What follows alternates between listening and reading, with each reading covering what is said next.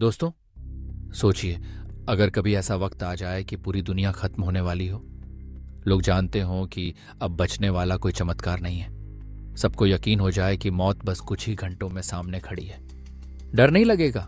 बहुत ज्यादा लगेगा। यही है हमारी आज की कहानी। कहानी की शुरुआत होती है पृथ्वी से, जहां अचानक आसमान से एक बहुत बड़ा और खतरनाक एस्टेरॉयड धरती से टकराता है।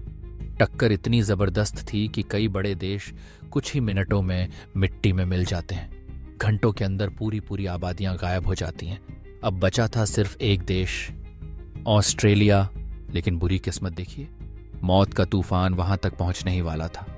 सिर्फ 12 घंटे बाकी थे और फिर नक्शे से दुनिया का आखिरी देश भी मिट जाना था। इसी हालात में हम मिलते हैं जेम्स से। जेम्स पश्चिमी ऑस्ट्रेलिया में रहता था। उसके साथ थी उसकी गर्लफ्रेंड जोई। अब सोचिए, जब आपको मालूम हो कि मरना तय है तो आप आखिरी वक्त कैसे बिताना चाहेंगे? कुछ लोग रोएंगे, कुछ डरेंगे, पर जेम्स और जोई ने सोचा कि वो अपने आखिरी पल साथ बिताएं। जोई चाहती थी कि बस समुद्र किनारे बैठकर आखिरी सांस तक एक दूसरे को देखती रहे, शांति से, सुकून से। लेकिन जेम्स के दिल में कुछ और चल रहा था। वो चाहता था दुनिया की आखिरी पार्टी अटेंड करना। जी हाँ, उस पार्टी का नाम था party to end all parties, यानी जिंदगी की अंतिम पार्टी। इसी दौरान जोई जेम्स को बताती है कि वो उसके बच्चे की मां बनने वाली है। यह सुनकर जेम्स हिल जाता है, दिमाग खाली हो जाता है, लेकिन फिर जज्बात दबाकर कार में बैठ जाता है। उसके ख्याल में अगले कुछ घंटों में सब खत्म हो जाएगा। तो अब इन सब का मतलब ही क्या है?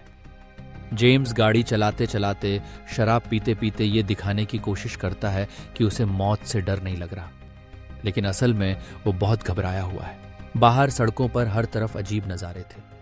कहीं लोग भगवान से दुआ मांग रहे थे, कहीं लोग पूरी तरह पागल होकर सड़क पर कर्फ्यू जैसा हंगामा कर रहे थे। लाशें बिखरी पड़ी थीं और कुछ सीधे साधे लोग डर कर खुद ही अपनी जान दे रहे थे। जगह जगह सिर्फ मौत का खेल चल रहा था। और ऐसे में जेम्स डरते डरते कार चला रहा था कि अचानक एक अजनबी आदमी उसकी गाड़ी में घुस आता है। हाथ में चाकू और आंखों में पागलपन। वो जेम्स की गर्दन पर चाकू रखकर उसे एक घर की तरफ ले जाता है। अंदर जाते ही वो आदमी किसी और को पकड़ता है और जेम्स की आंखों के सामने ही बेरहमी से मार देता है। जेम्स को पहली बार जिंदगी में किसी का खून अपनी आंखों से देखने को मिलता है। वो पूरा कांप जाता है। डर इतना लग रहा था कि जेम्स कार छोड़कर भागने लगता है। पीछे पीछे वो पागल आदमी भी दौड़ता है, लेकिन जेम्स किसी तरह एक खड़ी कार के नीचे छुपकर बच निकलता है। अब जान तो बच गई थी, पर कार नहीं थी। तभी जेम्स ने देखा कि दूसरी तरफ एक वैन रुकती है। उसमें से 2 आदमी उतरते हैं और एक छोटी सी बच्ची को जबरदस्ती अंदर खींचकर ले जाते हैं। जेम्स के सामने 2 मुसीबत थी। एक वो बच्ची जो खतरे में थी, और दूसरी उसे वैन चाहिए थी ताकि वहां से भाग सके। जैसे ही वो आदमी बच्ची को अंदर ले गए, जेम्स ने मौका देखकर वैन का दरवाजा खोला और उसमें बैठ गया। कम से कम उसके हाथ में अब वहां से निकलने का रास्ता था। जेम्स वैन लेकर भागने ही वाला था, लेकिन तभी उसे पीछे से रोते हुए, चीखते हुए उस छोटी बच्ची की आवाज सुनाई देती है। उसकी आंखों में डर था और आवाज इतनी दर्द भरी थी कि जेम्स का दिल पसीज गया। वो अब खुद को रोक नहीं पाया। गुस्से में उसने गाड़ी में रखा हथौड़ा उठाया और सीधा घर के अंदर घुस गया। अंदर जाते ही उसने पहली बार अपनी सारी ताकत झोंक दी। एक आदमी को तुरंत मार गिराया, लेकिन जब उसने दूसरे पर वार किया तो निशाना खाली चला गया। अब जेम्स खुद मुसीबत में था। कुछ देर तक दोनों में जोरदार भिड़ंत हुई, लेकिन आखिरकार जेम्स ने अपनी चालाकी और हिम्मत से दूसरे आदमी को भी खत्म कर दिया। फिर वो बच्ची को बाहर लेकर आया सही सलामत, लेकिन बच्ची कांप रही थी।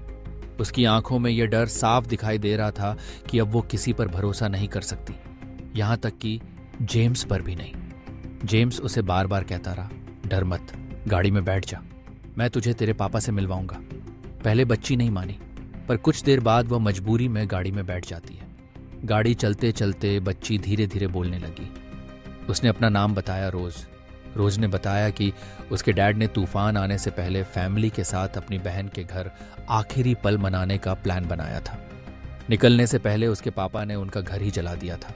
वो नहीं चाहते थे कि कोई और इस घर में उनकी गैर मौजूदगी में रहे, पर रास्ते में उनकी गाड़ी का पेट्रोल खत्म हो गया। वो लोग पास के पेट्रोल पंप पर गए जहां बहुत भीड़ थी।